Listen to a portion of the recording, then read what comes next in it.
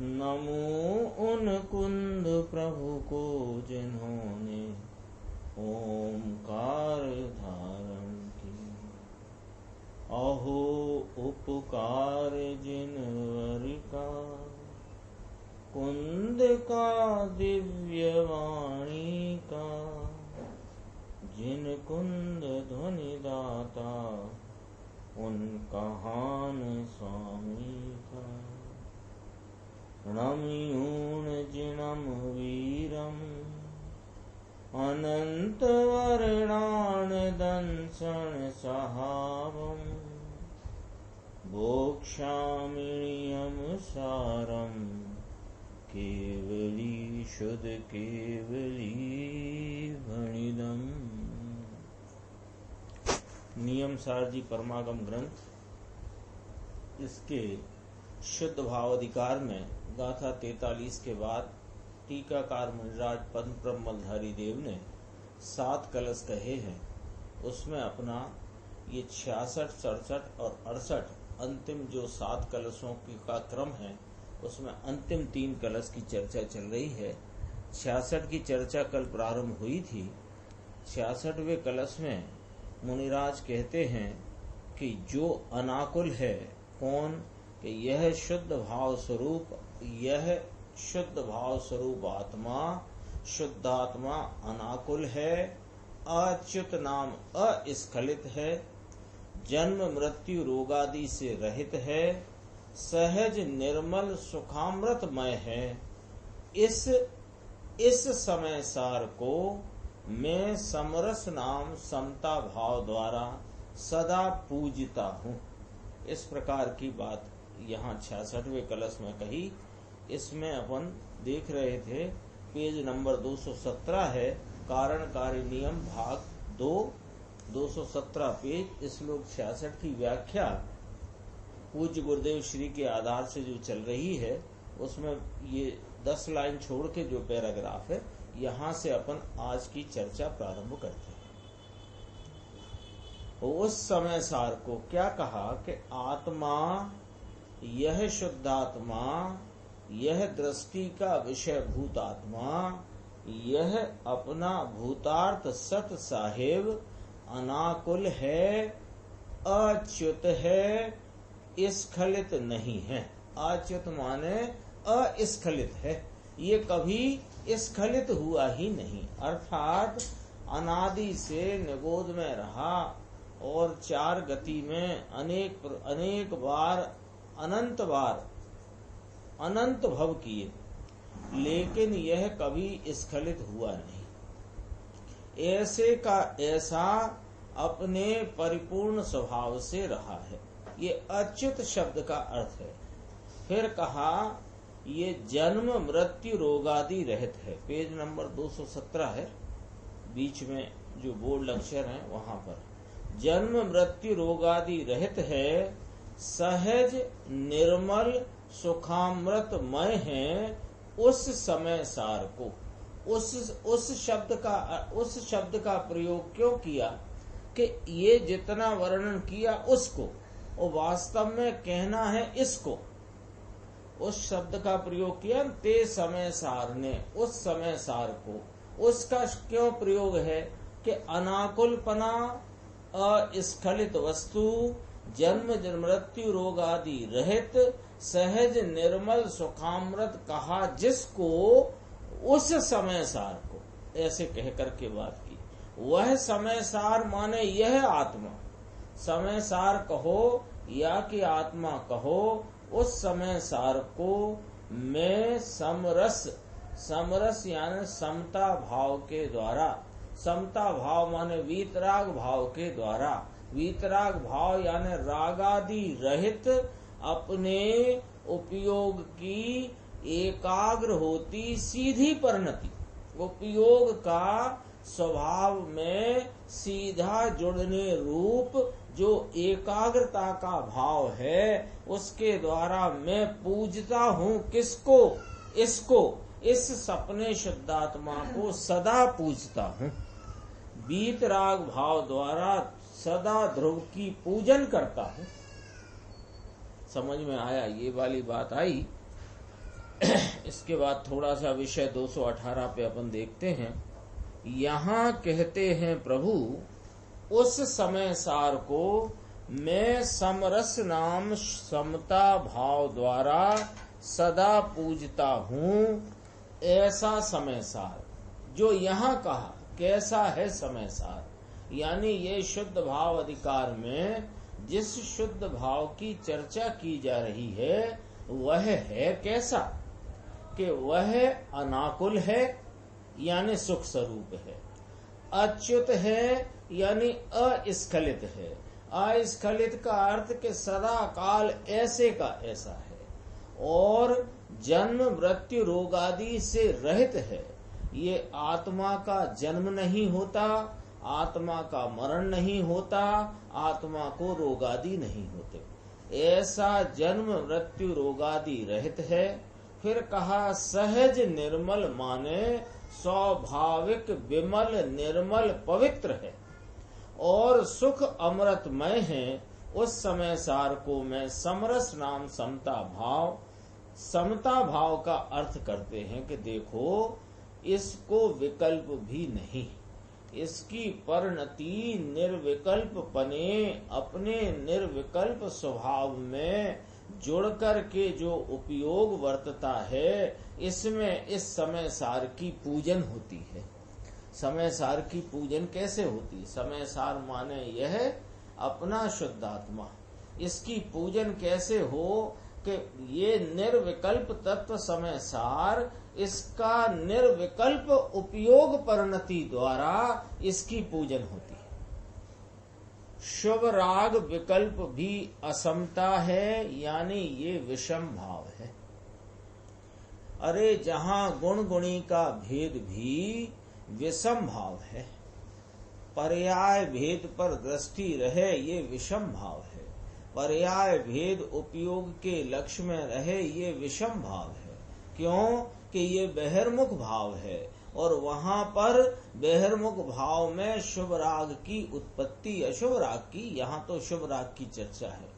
तो गुण गुणी का भेद हो, पर्याय का भेद हो, पंच परमेष्टि तरफ का विकल्प हो, स्वाध्याय तरफ का विकल्प हो, अरे स्वाध्याय के विषय के चिंतन मनन का विकल्प हो, ये सब विषम भाव है। इसके द्वारा समय सार की पूजन नहीं होती। सम भाव तो राग रहित प्रभु स्वयं वीतराग स्वरूप है, तो इसके श्रद्धा ज्ञान भी वीतराग स्वरूप से प्रकट होता है। ये लॉजिक है। वस्तु कैसी है कि वस्तु त्रिकाल वीतराग स्वरूप है, तो इसका श्रद्धा, इसका संवेदन, इसका संचेतन, इसमें लीनता, वह भी वीतराग पने होती है, वह भी वीतराग स्वरूप से होती है। यानी वस्तु तो रहे वीतराग, वस्तु तो रहे निर्विकल्प, वस्तु में राग का अंश नहीं, और राग इसका सेवन कर सके ऐसा होता नहीं। तो कहते हैं यह राग रहित प्रभु स्वयं वीतराग स्वरूप है, तो इसका श्रद्धा ज्ञान भी वीतराग स्वरूप से प्रकटता है। और ये जो वीतराग स्वरूप प्रकटता है ये मोक्ष मार्ग है। कठिन पड़े। ये क्या कहा गुरुदेव श्री ने? इतना सी एक वाक्य कहा, यह वीतराग स्वरूप यानी उपयोग का अंतर्मुख होकर के राग के बिना वीतराग पने उपयोग का वीतराग स्वरूप में जुड़ करके रमण करना, लीन होना, उसमें चरण करना, एकाग्र होना, यह मोक्ष मार्ग है। यानी यही मोक्ष मार्ग है, और शुभ भाव आदि किंचित मोक्ष मार्ग नहीं है। ये बात फिर कठिन पड़ती है, क्योंकि अनादि से जीव ने शुभ राग की वृत्ति प्रवृत्ति को मोक्ष मार्ग माना है। वह यह जानता मानता रहा कि यह शुभ राग की वृत्ति यानी दया दान, व्रत भक्ति, व्रत पूजा उपवास और भक्ति पूजा, ये सब मोक्ष मार्ग या मोक्ष मार्ग की प्राप्ति के साधन हैं। और जिनेंद्र परमात्मा आचार्य भगवंत, ज्ञानी धर्मात्मा ये स्पष्टपने यहाँ पर आदेश देते हैं, उपदेश देते हैं। ये ना कहकर अपने को उनका ये आदेश रूप अंगीकार करना चाहिए। उपदेश तो है ही, लेकिन हमें अंगीकार आदेश रूप करना चाहिए। क्या कि यह जो ये यहाँ से देखो, राग रहित प्रभु स्वयं वीतराग स्वरूप है, तो इसका श्रद्धा ज्ञान भी वीतराग स्वरूप से प्रकटता है। ये तो लॉजिक है। अब इस लॉजिक पर से सिद्धांत क्या फलित हुआ कि ये वीतराग स्वरूप से प्रकट होता है जो परिणति का भाव, भाई ये मोक्ष मार्ग है। वीतराग स्वरूप से, वीतराग भाव से, समरसता के भाव से निर्विकल्प परिणति, उपयोग की स्वरूप में जुड़ी हुई वृत्ति, इसका नाम मोक्ष मार्ग है। कठिन पड़े भाई क्या करे, भगवान की दिव्य ध्वनि में ये आया है। तुम अपनी मिथ्या बुद्धि के कारण कल्पनाओं में अन्य अन्य प्रकार का कोई मार्ग मानकर बैठे हो, तो उससे मार्ग बदल नहीं जाएगा। वीतराग प्रभु ने जो स्वयं ही निगोद से निकल करके आए थे, अभी जितने अनंते सिद्ध विराजते हैं, ये पूर्व में निगोद में रहे, 4 गति में अनंत काल परिभ्रमण किया, लेकिन जब अपने उपयोग को राग से रहित होकर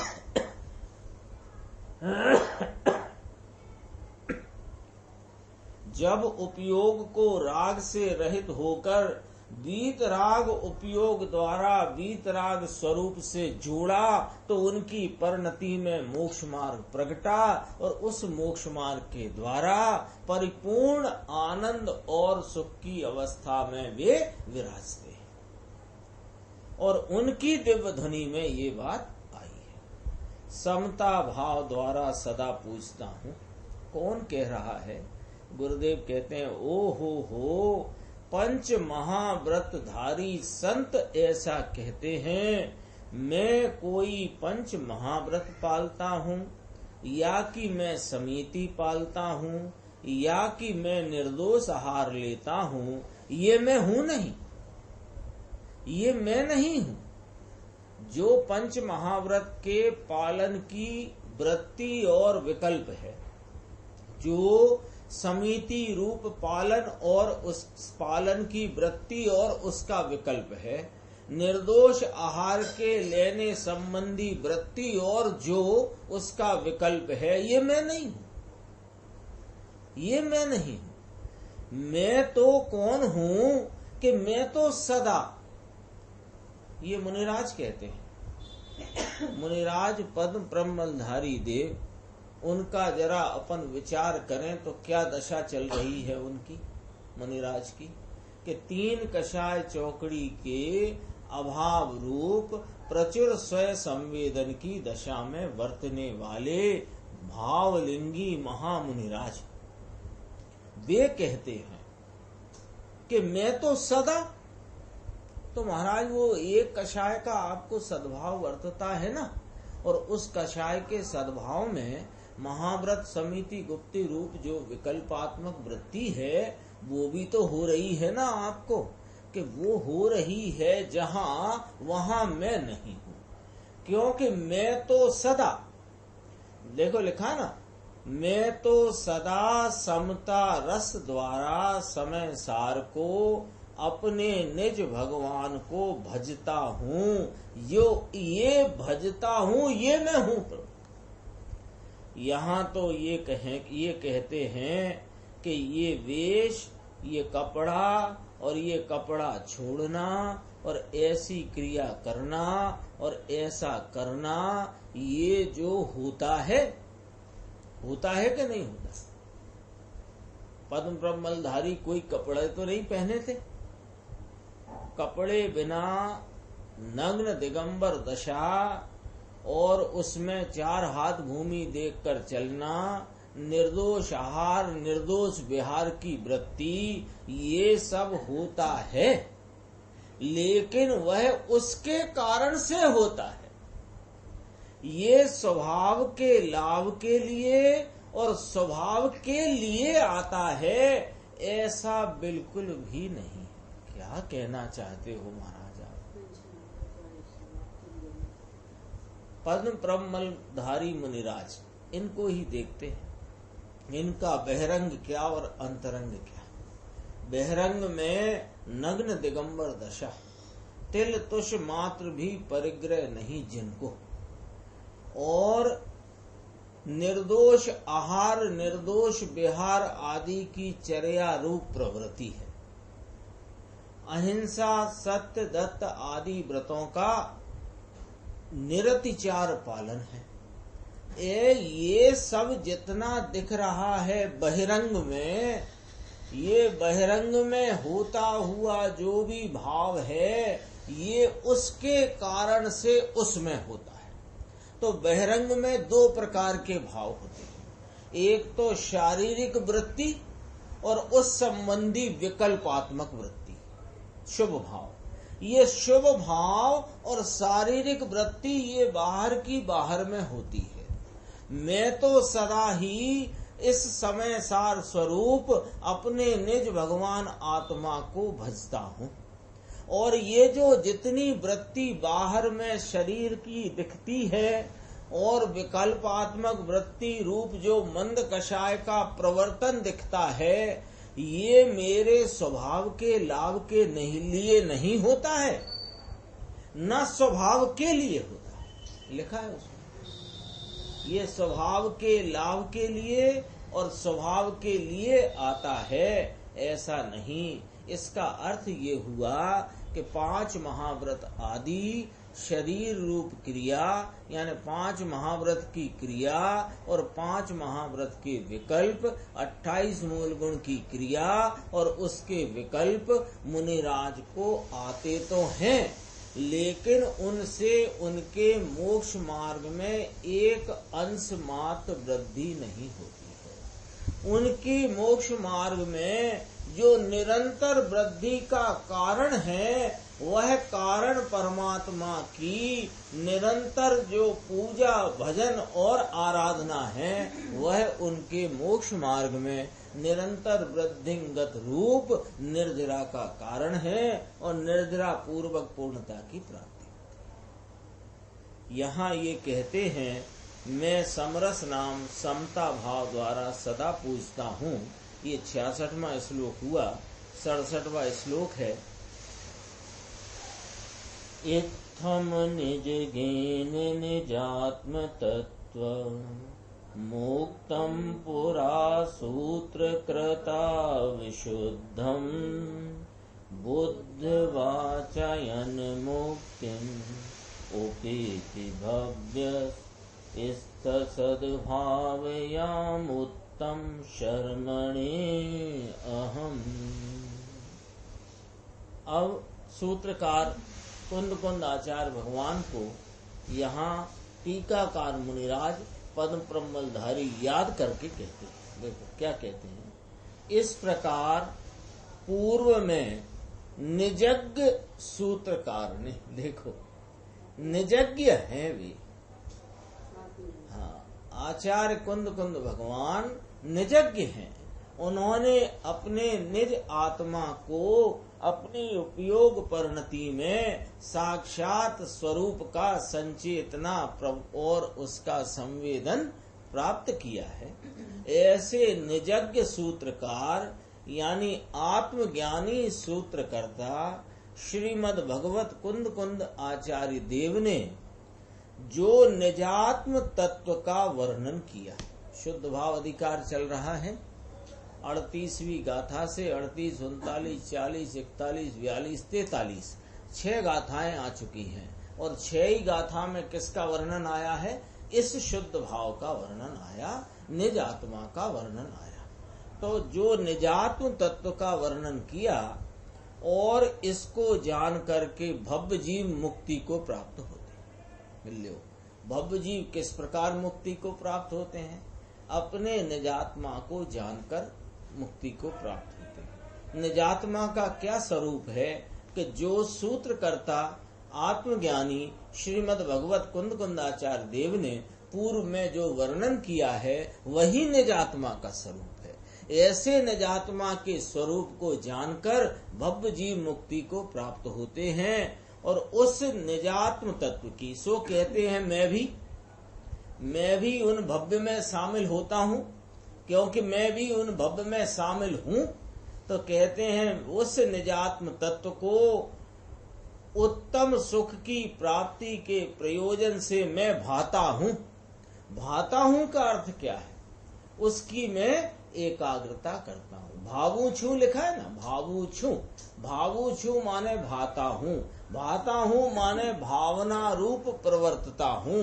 भावना रूप प्रवर्तने का मतलब क्या होता है? एकाग्रता करता हूँ। भावना का अर्थ है एकाग्रता। देखो अभी इस पे गुरुदेव श्री का बहुत गजब का यहाँ उन्होंने एक रहस्य खोला है। देखो श्लोकार्थ, इस रीति से पूर्व में निजज्ञ सूत्रकार ने यानी आत्मज्ञानी सूत्रकर्ता श्रीमद् भगवत कुंद कुंदाचार्य देव ने लियो एक मुनि ने दूसरे मुनि को जान लिया। कोई कहता है ना कि छद्मस्त नहीं जान सकते, कि आत्मज्ञान जो हुआ तो स्वयं का आत्मज्ञान भी छद्मस्त न जान सके और अन्य का आत्मज्ञान भी छद्मस्त न जान सके, ऐसी जिनका कहवत है, कहना है, मानना है, बताना है, यह सब झूठा है। ये सब झूठा है। कहते हैं ना, अरे आत्मज्ञानी थे ऐसा जान लिया। पद्म प्रमलधारी देव ने अपनी भाव शुद्ध ज्ञान परिणति में अन्य ज्ञानी वो पूर्व में जो सूत्रकर्ता हैं, ये ग्रंथ चलता है ना, तो इसके सूत्रकर्ता कुंद कुंदाचार्य भगवान स्वयं आत्मज्ञानी थे, ऐसा इस आत्मज्ञानी ने अपने भाव शुद्ध ज्ञान से जान लिया है। आत्मा में ताकत है। अभी देखो गुरुदेव क्या कहते हैं, मध्यस्थ होकर देखे तो, बहुत गजब की बात कही है, थोड़ा ख्याल में लेकर समझना। मध्यस्थ होकर देखे तो सामने वाले की दृष्टि और सामने वाले का हृदय बराबर जान सकता है। यहाँ तो पंचम काल के मुनिराज पद्म प्रमलधारी छद्मस्त हैं। हाँ, वो उसका ही अभी अर्थ करते हैं। मध्यस्थ होकर देखे, कैसे मध्यस्थ होकर, कि क्या करता है ये जीव कि किसी अन्य व्यक्ति के संबंध में जानने का यदि कोई उपक्रम करे, चेष्टा करे, तो ये मध्यस्थता से नहीं देखता। ये क्या करता है कि ये उसके परिणामों की वृत्ति, उसकी बाह्य वृत्ति आदि को लक्ष्य में लेता है, अथवा उसके कथन में कोई बात की प्रमुखता देखता है और वह प्रमुखता इसकी बात से मिलान नहीं खाती, तो ये कोई ना कोई आग्रह पकड़ता है। तो कभी क्रिया का आग्रह, कभी विकल्पात्मक कषाय की मंदता आदि का आग्रह, कभी उसके प्रतिपादन में रही हुई बात में अपना आग्रह, ऐसा आग्रह लेकर के देखता है तो नहीं जान सकता। मध्यस्थ होकर देखे, एक बार आया था मध्यस्थ का है वीतराग भाव से, नहीं देखो, हाँ, तो वीतराग भाव से दूसरे को कैसे देखेगा?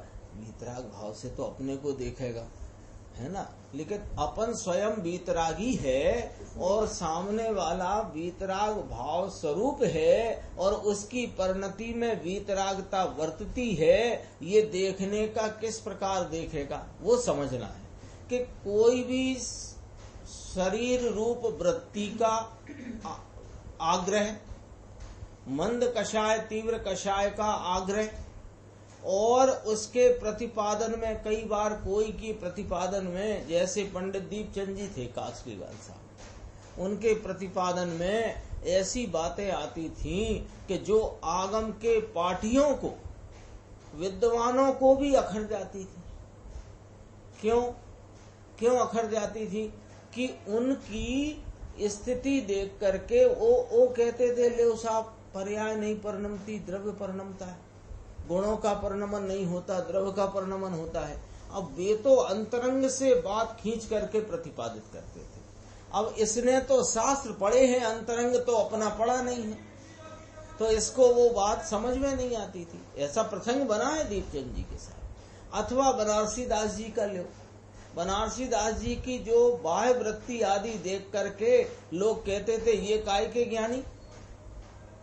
इस प्रकार के औदायिक भावों को देख करके और उसके अनुरूप वृत्ति देख करके और प्रतिपादन में कोई बात की विशेष प्रमुखता देख करके ये मान के बैठ जावे, तो वो कह रहे ये तेरी मध्यस्थता नहीं। तो फिर मध्यस्थता क्या हुई? मध्यस्थता ये हुई कि देखो, पहले तुम इतना जानो कि जिनवाणी में 4 अनुयोगों में क्या बताया है। 4 अनुयोगों का, जैसे रामायण का नायक राम है, ऐसे जिनवाणी द्वादशांग रूप 4 अनुयोग स्वरूप जो जिनवाणी है, उसका नायक कौन है? उसका नायक है शुद्धात्मा, है ना? वह शुद्धात्मा, तो वो शुद्धात्मा नायक है, तो वो शुद्धात्मा का जो स्वरूप है, जो जिनवाणी में कहा, क्या कहा? ज्ञाता दृष्टा आनंद स्वरूप राग रहित वीतरागी तत्व है। तो वीतरागी तत्व है, तो जो बात वीतरागता के पोषण की है, उसके औदैहिक भाव मत देखो, उसके प्रतिपादन और उसकी दृष्टि में वीतरागता की जो धारा है उसको देखो तो तुम जान सकते। ये है, ये इतना यहाँ कहना चाहते। यहाँ पंचम काल के मुनि छदमस्त हैं। ये कुंद इसलिए कहा ना, अज्ञानी नहीं जान सकता है। क्यों? कि अज्ञानी तो जब स्वयं को ही रागादि भावों में पड़ा हुआ देखता है, वह दूसरे को वीतराग कैसे देख सकता है, अथवा उसकी वीतरागता को कैसे देख सकता है। यहाँ पंचम काल के मुनि छदमस्त हैं। ये कुंद आचार्य देव 1100 वर्ष पहले हुए। कौन के? पद्म प्रमलधारी देव से 1100 वर्ष पहले, और अभी से ले तो 900 वर्ष पहले। तो वो कुंद आचार्य देव 1100 वर्ष पहले हुए, और ये माने पद्म प्रमलधारी देव अभी से क्या लेना, 900 वर्ष पहले। वो 1100 वर्ष पहले हुए। ये 900 वर्ष पहले हुए जो पद्म प्रमलधारी देव, वे कहते हैं कि निजज्ञ सूत्रकार ने, जो आत्मज्ञानी हैं, ऐसे सूत्रकार महाव्रतधारी कुंद आचार्य की बात करते हैं। अरे पंचम काल के मुनि कुंद आचार्य 1100 वर्ष पहले हो गए। इनका हृदय जान लिया। देखो, गुरुदेव हुए, पद्म प्रमलधारी देव मुनि हुए, ये कुंद आचार्य आदि का, अमृत चंद्र आचार्य का, मुनिराज का नाम कैसे लेते हैं गुरुदेव श्री, अथवा स्वयं ये मुनिराज, अथवा स्वयं आचार्य कैसे लेते हैं? कुंद आचार्य, अमृत चंद्र आचार्य, पूज्य पाद स्वामी, जयसेन स्वामी, ऐसे बोलते हैं ना, ऐसे ही बोलते हैं। अभी भी देखो अपन पढ़ रहे हैं, ये पढ़ रहे हैं, माने बोला है ना गुरुदेव, लिखा तो आज तक एक शब्द नहीं उन्होंने। छोटी मोटी डायरी में 10-25 बातें उनने अपने निजी उसके लिए लिखी, अन्यथा कुछ लिखा नहीं। ये कुंद आचार्य देव, थोड़ा बस ऐसा है कि आचार्यों और मुनि के प्रति कितनी भक्ति उनको थी और हमें होना चाहिए। वे कभी नहीं कहते कुंद ने ये कहा और अमृत चंद्र ने ये कहा, जैसेन ये कहते हैं, ऐसा नहीं कहते हैं, कभी नहीं कहते हैं, ऐसे बोलते हैं। कुंद आचार्य देव 1100 वर्ष पहले हुए, तो ऐसे महाव्रतधारी कुंद आचार्य की बात कहते हैं। इनका हृदय जान लिया है, इनका शब्द सुनकर और शास्त्र जानकर कहते हैं। इनको निजज्ञ ऐसे कहा कि ये कौन है श्रीमद् भगवत कुंद कुंद आचार्य देव कौन है कि निजज्ञ हैं। निजज्ञ ये तो निज को जानने वाले हैं, ज्ञा लगा ना, सर्वज्ञ सर्व को जानने वाले, निजज्ञ निज को जानने वाले। निजज्ञ हैं भगवान ऐसा कहते हैं कि मुझे जानने वाले हैं ऐसा भी नहीं, ये तो निजज्ञ हैं, अपने निज स्वरूप को जानने वाले हैं। ऐसे सूत्रकार आत्मज्ञानी सूत्रकर्ता श्रीमद् भगवत कुंद कुंद आचार्य देव ने जो विशुद्ध निजात्म तत्व का वर्णन किया, जिस प्रकार से निजात्म तत्व निज आत्म भगवान तत्व, इसका सूत्रकार ने जो वर्णन किया और अब वर्णन किया, और इस जिसको जानकर इस शुद्ध भाव का जो यहाँ प्रतिपादन किया, उस शुद्ध भाव को जानकर भव्य जीव यानी इस शुद्ध भाव का जो प्रकार से कथन निरूपण प्रतिपादन किया, उस प्रकार से जानकर, जिसको जानकर ऐसा आया है ना भाई। तो जो विशुद्ध निजात्म तत्व का वर्णन किया और जिसको जानकर भव्य जीव मुक्ति को प्राप्त होते हैं। पंचम काल के मुनि ऐसा कहते हैं, नग्न दिगंबर मुनि कौन है? केवल ज्ञानी के केड़ायत हैं। केड़ायत माने उनके अनुसरण करता। दो शब्द आते हैं, केड़ायत अलग शब्द है, आड़तिया अलग शब्द है। आड़तिया एजेंट को कहते हैं और केड़ायत उनके मार्ग पर चलने वाले को कहते हैं, है ना। ये जैसे चींटी चलती है ना, तो चींटी ऐसे लाइन बना के चलती है, तो केड़े केड़े चले छे, ऐसे गुजराती में कहते हैं। तो उनके अनुसरण करता है। और आड़तिया माने जो माल सर्वज्ञ का कुंद कुंद आचार्य ने दिया, वो कुंद कुंद आचार्य ने सर्वज्ञ के एजेंट होकर के दिया, अपना माल नहीं है, उनका माल है। ऐसा बीच में एक वैमानिक आदि का भम मिले, ये तो धर्मशाला है। कुंद कुंद आचार्य एकाध भव जो वैमानिक का है वो मिलेगा, वहां से मनुष्यपना लेकर अपनी आराधना पूर्ण करके परम गति को, सिद्ध गति को प्राप्त होंगे। क्योंकि इसका उदाहरण दिया, ये तो धर्मशाला है। वतन जाना होए और एक दिवस में बहुत तो 15 कोस चल पाए, पैदल चलते थे लोग या बैलगाड़ी से, तो वहां धर्मशाला होए तो रुकना पड़े। लेकिन सुबह कोई 5 कोस चले, ऐसे यहाँ पंचम काल में अवतार हो गया है, यहाँ सर्वज्ञपना नहीं, तो ये देवपने की धर्मशाला में तरीके थोड़ा रहने का है। और वहां से निकलकर हमारा पंथ पूरा होएगा। गुरुदेव श्री दोनों की बात कहते हैं, श्रीमद् भगवत कुंद कुंद आचार्य देव की भी कहते हैं और मुनिराज की भी कहते हैं, अपनी भी कहते हैं। ऐसी बात है, प्रभु मुक्ति को प्राप्त करते हैं, ये तो मुक्ति प्राप्त करते ही हैं। लेकिन इसने जो आत्म समय सार कहा, इस आत्मा को जानने वाला भी मुक्ति को प्राप्त करता है। भले वर्तमान में मुक्ति नहीं, एकाध भव वैमानिक में जाना पड़े तो भी मुक्ति को तो प्राप्त होता ही है। लो अब क्या चल रहा है, यहाँ मुक्ति का रिजर्वेशन चल रहा है। रिजर्वेशन होता है ना ट्रेन में, फ्लाइट में, तो यहाँ रिजर्वेशन चल रहा है। यहाँ सीधी बात है कि भाई तुमको यदि मुक्ति प्राप्त करना है तो भले अभी इस भरत क्षेत्र से पंचम काल में मुक्ति की प्राप्ति नहीं होगी, तो भी यह जानना, क्या जानना कि भाई इस आत्मा को यदि तुमने जान लिया तो एकाध भव में मुक्ति होगी, होगी और होगी ही। वह निजात्म तत्व को उत्तम सुख की प्राप्ति के प्रयोजन से, ये निजात्म तत्व को उत्तम सुख की प्राप्ति के प्रयोजन से मैं भाता हूँ, इसकी भक्ति करता हूँ। माला में गिने ना, एक पची एक, एक के बाद ऐसे माला फेरते हैं ना, तो ओम नीम असिया ऊषा नमा ऐसे करते हैं ना, क्या यही बोलते हैं ना, पंच परमेष्टि की माला दे तो उसको भी सॉर्ट करके माला दे, ऐसे ऐसे एक के बाद एक मन का गिने। अरे यहाँ तो मैं तो आत्मा की माला गिनता हूँ। जैसे वहां एक मोती निकाला, दूसरे पे क्या बोले, ओम नीम पंच परमेष्टिये नमः या ओम नीम अस्या उषा नमः।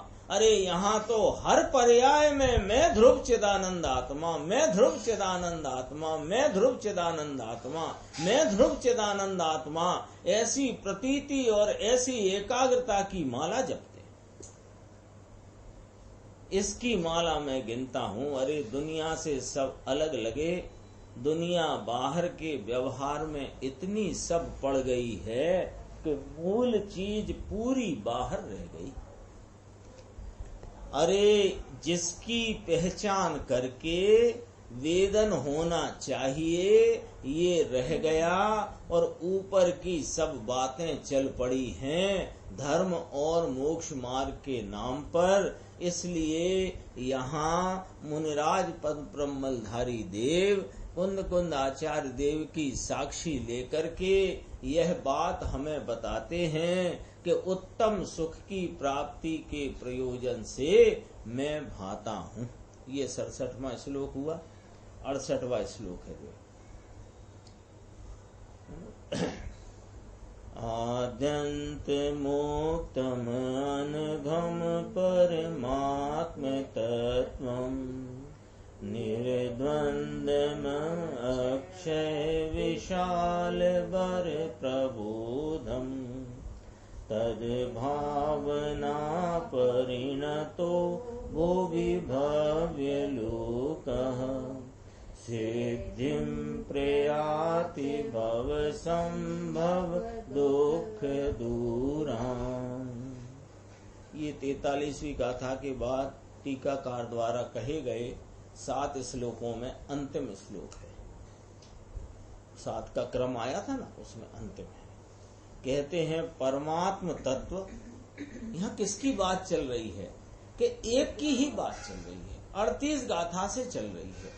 जीवादि बह तच्चम हेयम उपादेयम अपनो अप्पा, उसकी बात चल रही है। तो कहते हैं वह परमात्म तत्व आया कि आदि अंत बिना का है। एक बोल याद कर लेना, बोल याद कर लेना, क्योंकि वो कलश के भाव है ना, वो फिर याद में, ये नहीं 10-20 साल के लिए याद ना करना, अभी थोड़ी देर के लिए, जिससे चर्चा चलती है तो ख्याल में रहती है। आदि अंत बिना का है और कैसा है, दोष रहित है और कैसा है, निर्द्वंद है और अक्षय विशाल उत्तम ज्ञान स्वरूप है। जगत में जो भव्य जन उसकी भावना रूप से परिणमते हैं वे भव जनित दुखों से दूर ऐसी सिद्धि को प्राप्त। कितने बोल आए, आदि अंत बिना का अनादि अनंत तत्व हूँ मैं, निर्दोष तत्व हूँ मैं। ये रागादि मलिनता के विभाव रूपी दोष मुझ में है ही नहीं। निर्द्वंद हूँ मैं बस एक ज्ञायक तत्व हूँ, दूसरा भाव मुझ में नहीं। दूसरा यानी ये मैं ज्ञायक और ये मेरा ज्ञेय, ऐसा द्वंद्व भी नहीं जा, ऐसा मैं निर्द्वंद हूँ और अक्षय विशाल उत्तम ज्ञान स्वरूप है। अक्षय है, अक्षय माने क्षय को प्राप्त नहीं होता, विशाल है, उत्तम है, कौन, यह ज्ञान स्वरूप परमात्म तत्व। तो जगत में जो भव्य जन उसकी भावना रूप परिणमते हैं। कैसी भावना करे, मैं तो निर्दोष हूँ, मैं निरोग हूँ, मैं निर्द्वंद हूँ, ऐसी रटन करे, वो भव्य जीव मुक्ति को प्राप्त होते हैं। कि नाना भाई, भावना का अर्थ तो समझो। भावना का अर्थ है, भावना शब्द है ना, वो भू धातु से निकला है और भू धातु का जो क्रिया है वो भुवन। भुवन माने परिणमना, तो भावना माने उसकी भावना माने उस रूप परिणमन करना। जैसा अपना अनादि अनंत निर्दोष निर्द्वंद उत्तम अक्षय विशाल ज्ञान स्वरूप आत्मा स्वभाव से है, ऐसा ही उपयोग में परिणमन करना, उसकी एकाग्रता करना, उसकी भावना रूप परिणमते हैं। वे भव जनित दुखों से दूर, दूर है ना, दूर, भव जनित दुखों से दूर ऐसी सिद्धि। ये इसमें अर्थ क्या है? भव जनित दुखों से दूर ऐसी सिद्धि। अरे ऐसे भाव को प्राप्त हो गए कि वहां से लौट के नहीं आना पड़ता है। ये अन्य मतांतरों में ऐसी मान्यता है ना कि जब ये गुरुदेव लेंगे, इसमें भक्तों की भीड़ पड़ती है तो फिर भगवान को आना पड़ता है। ऐसे कुछ चौपाई ओपाई भी आती है, मुझे याद नहीं है। भक्तों की भीड़ पड़ी और संकट आया तो भगवान उतर के आए। अरे ये भगवान उतर के आए, ऐसा भगवान ही नहीं होता। ये भगवान तो ऐसे भव जनित दुखों से दूर सिद्धि को प्राप्त हुआ सो हुआ, हुआ सो हुआ। इसमें लिया है नीचे गुरुदेव ने, 221 पेज है। परमात्म तत्व, भगवान आत्मा परमात्म तत्व कैसा है? आदि अंत बिना का है, जिसकी शुरुआत नहीं, जिसका अंत नहीं। ऐसा अनादि अनंत आत्मा आदि अंत रहित है, आदि नहीं जिसकी और अंत नहीं जिसका। फिर कहा दोष रहित है, प्रभु में किसी जात का दोष नहीं।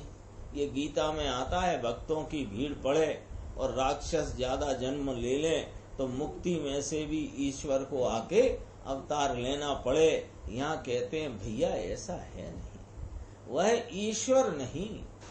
ईश्वर माने अपने ईश्वर स्वरूप की पूर्ण आराधना करके परिपूर्ण ईश्वरता को जिसने प्राप्त किया है और सदा काल के लिए जो भव जनित दुखों से मुक्त हो गया है, उसको अवतार फवतार होते नहीं। हम मुक्ति पाए तो वहां रहते हैं, जहां मुक्ति पाई वहां दोष रहित है। वहां से निकलकर संसार में आना, भव धारण करना, दुनिया के परोपकार के लिए भव धारण करना, ऐसा भी नहीं। परोपकार तो वास्तव में धर्म ही नहीं है।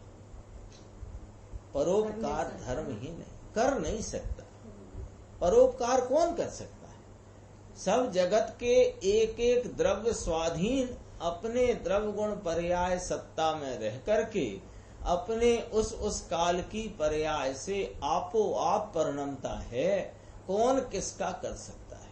और जो ऐसा माने कि मैं इसका कर सकता हूँ, वो मेरा कर सकता है, यही अनादि मिथ्यात्व है। ये कर्ता कर्म की अज्ञानमयी बुद्धि इस जीव को अनादि से चली आई है। कर्ता कर्म अधिकार की उत्थानिका में ये बात कही आई ना, समय सामने। भव की भावना, देखो क्या कहते हैं, ये बहुत गंभीर लाइन गुरुदेव श्री ने फरमाई है। भव की भावना ये ही मिथ्यात्व भाव है। मेरे भले 2-4 भव और हो जाएं, लेकिन ये सत्य बात मैं लोगों को बता दूं, ये तेरे मिथ्यात्व का प्रदर्शन है और मिथ्यात्व का पोषण है भाई। भव की भावना ये ही मिथ्यात्व। यहाँ से मैं विदेह चला जाऊं, यहाँ से मैं देवगति में चला जाऊं, वहां जाकर के मैं समूह शरण में जाऊंगा, ये तेरी भव की भावना है। समूह शरण में जाने की भावना पुण्य भाव है, लेकिन उस पुण्य भाव को भाना ये मिथ्या। दुनिया के परोपकार के लिए मेरा एकाध अवतार हो जाए तो ठीक है, चलेगा। अरे ऐसा भी यहाँ जिन शासन में बर्दाश्त नहीं है। निर्द्वंद है, निर्द्वंद माने द्वैतपना जिसमें नहीं। निर्द्वंद ज्ञायक ज्ञायक ज्ञायक ज्ञायक परम पारिणामिक स्वभाव भाव निर्द्वंद द्वैत पने के द्वंद रहित है। ऐसा भगवान और अक्षय विशाल उत्तम ज्ञान स्वरूप है। भगवान कैसा है? अक्षय है, यानी जिसका ज्ञान क्षय को प्राप्त नहीं होता। ये परमात्मा तत्व ऐसा है कि ये निगोद अवस्था में रहा, इसके ज्ञान का क्षय न हुआ, है ना। कैसे न हुआ कि सुनो, सर्वज्ञत्व शक्ति तो ज्यों की त्यों बरकरार रही, और प्रगट व्यक्तता में भी अक्षर के अनंतवे भाग भले रहा, लेकिन विकास ज्ञान का रहा पर्याय में, और स्वभाव में तो कोई क्षय हो सकता है नहीं, और विशाल है, जीवत्व की पहचान विशाल है। तीन काल तीन लोक को जानने वाला है, इसलिए विशाल है। और उत्तम ज्ञान स्वरूप, ऐसा उत्तम ज्ञान स्वरूप भगवान आत्मा अंदर है। जगत में जो भव्य जन, जो लायक प्राणी, उसकी भावना रूप परिणमते हैं। अब ये थोड़ा समझना, गुरुदेव श्री क्या फरमाते हैं। ध्रुव स्वभाव भगवान आत्मा, इसकी भावना, पहले आ गया था कि आत्मा चार आवरण वाला है, तो भी पंचम भाव की भावना वाला आया था ना, चार भावों से अगोचर है, पंचम भाव स्वरूप है, और उसकी भावना, भावना का अर्थ करेंगे, ये पहले आ गया है। आवरण सहित का अर्थ, यानी आवरण तो निमित्त की अपेक्षा से कहा। औदायक, औपसमिक, छायोपसमिक, छायक भाव, ये आवरण वाले भाव हैं। तो इन भावों पर आवरण नहीं है। भावों की स्वतः अल्प विकास रूप अवस्था, उनमें आवरण कर्मों का निमित्त कहने में आया, और छायक में निमित्त का अभाव कहने में आया। तो वे चारों भाव आवरण वाले भाव कहने में आते हैं, और ये निरावरण भाव है। लिया देखो, पंचम भाव की भावना, तो ये यहाँ था, इसकी भावना ये छायक, क्षयोपसम, उपसम भाव है। ये अंदर में नहीं, अंदर में नहीं, माने आत्मा में ये भावों का परिणमन तो है, लेकिन आत्मा के स्वरूप में ये कर्म सापेक्ष पर्याय में वर्तने वाले ये भाव आत्मा के अंतरंग स्वरूप में नहीं है। लेकिन ये छायक और क्षयोपसम भाव से मुक्ति होती है। ये मुक्ति के मार्ग और मुक्त स्वरूप है। कौन? छायक और क्षयोपसम भाव। इसकी भावना रूप परिणमित, किसकी? निरावरण स्वरूप की भावना। ये भावना यानी ये कि शुद्ध ध्रुव चैतन्य का दर्शन, इसका ज्ञान नाम संचेतन, इसमें रमणता माने लीनता, ऐसे दर्शन ज्ञान चारित्र की भावना में परिणमते हैं जो कोई, उसकी भावना रूप परिणमते हैं। वे भव जनित दुखों से दूर, भव जनित दुखों से दूर ऐसी सिद्धि को प्राप्त करते हैं। ये प्राणी सिद्धि को प्राप्त करते हैं, ऐसी बात है। ये 68वां श्लोक हुआ। इसके बाद गाथा 44 नंबर की अपनी जो चलेगी, उसकी स्वाध्याय अपन अगली स्वाध्याय में लेंगे। निज निधि निज में बताई, यह अनंत उपकार है। उसके लिए जिन वाणी माँ को वंदना शत बार।